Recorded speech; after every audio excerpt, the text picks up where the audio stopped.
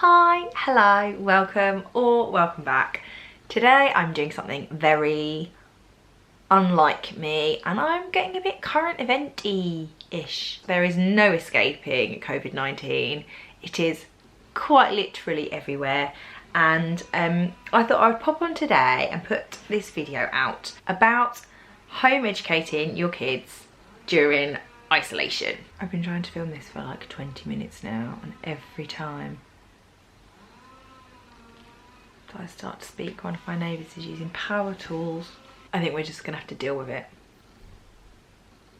and just ignore the power tool noise.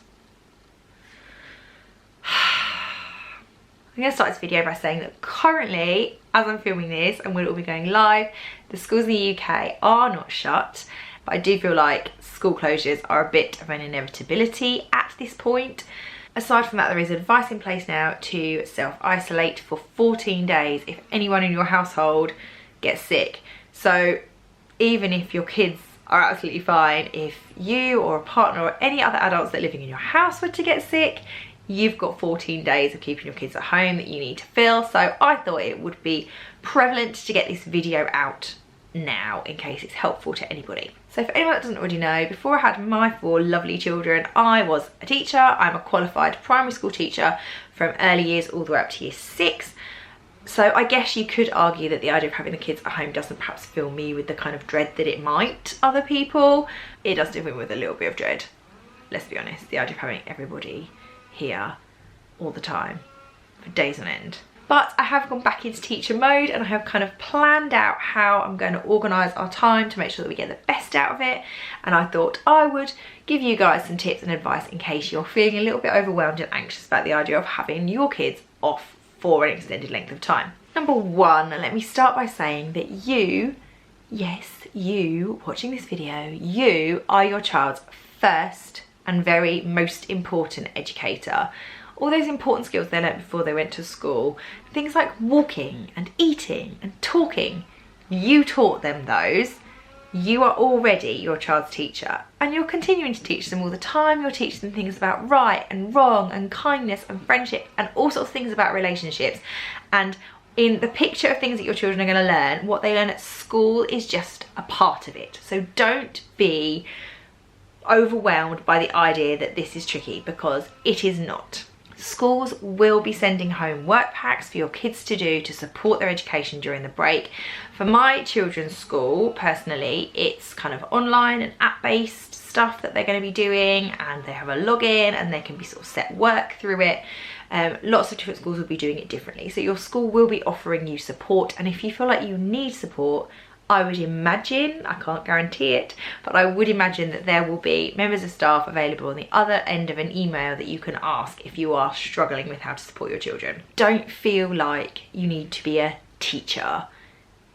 Don't feel like you need to provide a school environment and a school experience, because a school environment and a school experience is unique. That is one of the reasons we send our children to school, is to give them that unique experience and environment and that unique person kind of teaching them along the way.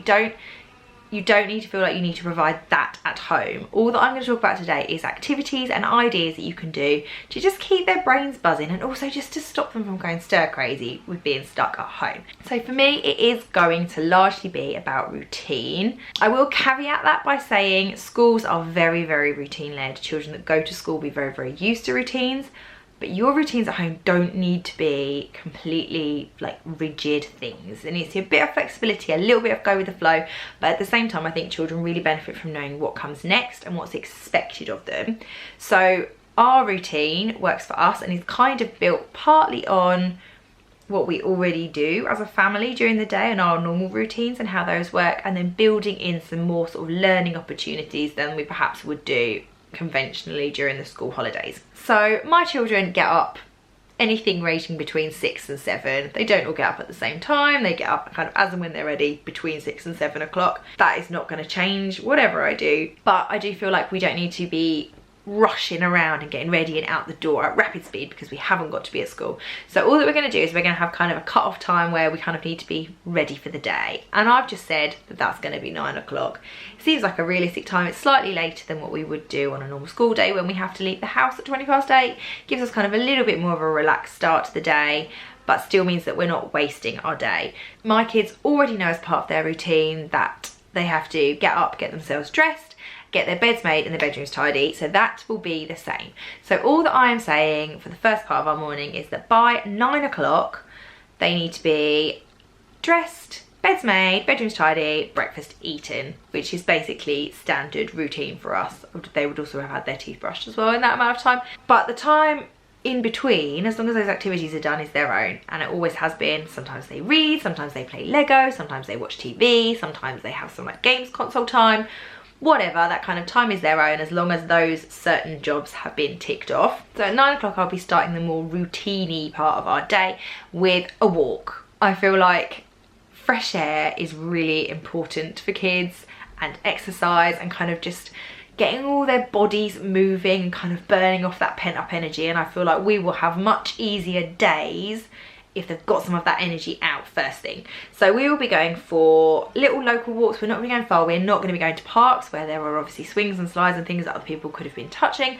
We're quite lucky in that we can kind of go out of our back gate and there's like parklands and a river walk, or we might just go for a walk around the block. We don't need to go very far, but I just feel like it's really important for fresh air to kind of get into their systems and into their brains, and fresh air is also very important for health. So let's not forget that we need to be boosting up our health at this time too. So I'm going to be getting them out unless it's tipping it down with rain.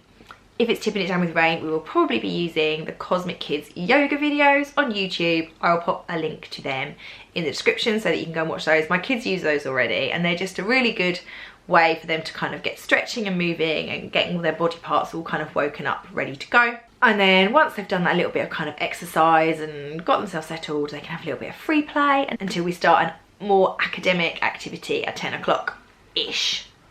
I feel like all these times should have ish next to them because they are going to be very rough. During my day, I'm only going to put in 2 hours of what I would call like conventional academic type activities. And honestly, if you've got primary school age kids, that is enough. I know it doesn't sound like a lot when you send them to school from 9 till 3, but a couple of hours is going to be enough. So at 10 o'clock, I'm going to do unplugged academic with my kids. So some days that might be kind of activities that I've printed off, or I might be doing some cooking and kind of measuring and kind of more physical type in context like maths work, or I might be kind of setting them a challenge to write something or draw something. But if even the idea of that overwhelms you, I will confess right now that I have been out and I have bought some workbooks for my kids, because let's be honest, I've also got to run a house alongside having them at home, and I have a baby that I need to look after. So because I've got kids at varying different stages, there do need to be points in the day where I can kind of set them on an activity and leave them to it. So I've bought these to use on some days. So I've got, these were by Let's, and they were really reasonable. I got them from the Works. I actually think that the Let's ones are really good. These ones have got English and Maths, so there's one for Everly's age group and one for Dylan's age group. And then because I know that Quinn will want to join in, but she's obviously not old enough to be doing that sort of thing, she's got this little book, which is just an alphabet book, and it's got, I think it's like a dry wipe pen that you can use with it, so you can practice writing the letters and rub them out. But I think we'll probably mainly use this book just to practice her letter sounds and looking at initial letter sounds for different words, because she's really into phonics at the moment, and I think she's a sort of good age for sort of practicing that sort of thing. As other ideas for kind of academic type stuff in the mornings, we probably might look at books some days. I also bought some Sudoku, puzzle books, and some word search books that I thought that Dylan and Everly would particularly like to do. So that is what I'm going to be doing for that kind of hour between 10 and 11 in the morning. My 11 o'clock slot is a bit more varied. So Dylan and Everly, I feel anticipate, might actually want to do activities for a little bit longer, but I think Quinn will have had enough by that point. So 11 o'clock, I'm just gonna kind of see where we are and read the situation. 11 o'clock also is kind of gonna be a bit of a chore bit of the day where we can just get some jobs done. It might be that I get the kids to help me sort some washing out, put some of their clothes away, whatever it is that we need to do. We're just gonna kind of stop at 11. They can have a little snack and we can either carry on doing some more activities if they want to, or they can help me with some chores and stuff around the house. At 12 o'clock, I'm gonna have kind of like a bit of loud, noisy time. I'm gonna chuck some music on, let the kids dance around and be crazy and kind of burn off some more energy, because then for 12:30, we have lunchtime. And I can leave them dancing around and burning off energy so that I can make the lunch in peace and quiet. 12:30 will be lunchtime, and lunchtime is then followed by Wilder's nap. So at that time of day, I kind of need the other kids to be relatively quiet so that he can have a good nap. So from around 1ish, I'm going to be having more quiet, independent time. So normally, anyway, at nap time, I would encourage the kids to get books out or get Lego out, something that is quite quiet. So we'll be doing a bit of that. But once I've got Wilder down for his nap, I will probably take that opportunity to do a bit of reading with Dylan and Everly, or share a book with Quinn, just a slightly more quieter, chilled out point in the day, before around about 2ish, maybe getting out some more construction if that's what they want to do, or creative activities. I'm not a fan of doing creative activities when Wilder is around, because I like to really perhaps over manage creative activities, but I thought I would put those in there when he's still down for his nap. So I've got things like colouring books and paints and Play-Doh and hammer beads. My kids are well into hammer beads, you know, the ones that you iron. We've got aqua beads as well. If the weather starts to cheer up, I might chuck them outside with the chalks.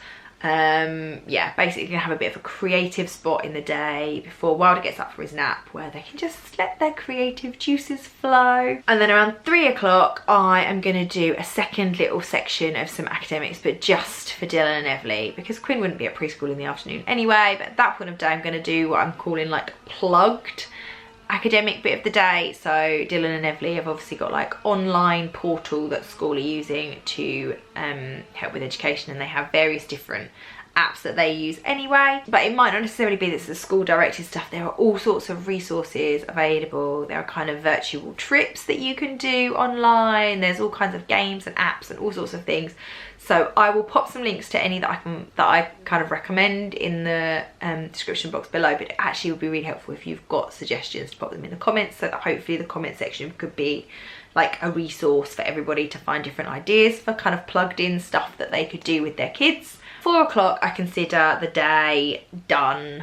They would be well done with school by 4 o'clock. So at 4 o'clock, it will be snack time, and then probably I will chuck them in the garden, because that tends to be what I would do at that sort of time of day anyway. If it's rubbish, I would probably crack out a bit more yoga. Or there is another one that the kids use. What's it called? It's the Cosmic Kids is the yoga one. Go Noodle is more like dancing, but it's real kind of poppy stuff. That's really good fun. So I'll pop that YouTube channel in my description as well, so that you can find that one. But yeah, basically we give them a big free section of time then to do what they want to do until we have our dinner together at 5:30, which is what we always do. And then baths and showers at about 6, which is what we always do. The only difference there is going to be that if they're at school, normally they kind of have baths and showers, and by about 6:30, we've normally got all the reading books out and they're kind of doing reading. But some days we have movie nights, depending on what clubs and stuff we've got going on. But obviously there's not going to be any clubs and stuff going on. So what we're going to do is, if we feel like we've had a good day and we've had great behaviour and we've all kind of been on track and we've been focused, we've been helping out as a team, pulling our weight with chores, doing all that kind of jazz, at 6:30 I will sit the big three down with a movie. And they can sit and watch a movie until sort of 8ish and go to bed a bit later. If I feel like we've all been a bit fractious and maybe everybody needs to get a slightly earlier night, we will do the same as our normal school routine. So we will do books out at about 6:30. We'll have a bit of story reading time, and then we'll do normal sort of bedtime for sort of 7, 7:15. So I really hope that this has kind of given you some ideas about how you might want to structure your day. Like I said at the beginning, I think it's about having a routine, but quite a flexible routine. It's not about recreating school. It's also not about kind of trying to really teach your kids. I kind of view this as more of an opportunity to kind of keep them ticking over, so that their brains are still firing and that they're still keeping busy, so that when they go back to school, they're in a better position, because kids can kind of get a bit out of the zone of school type activities.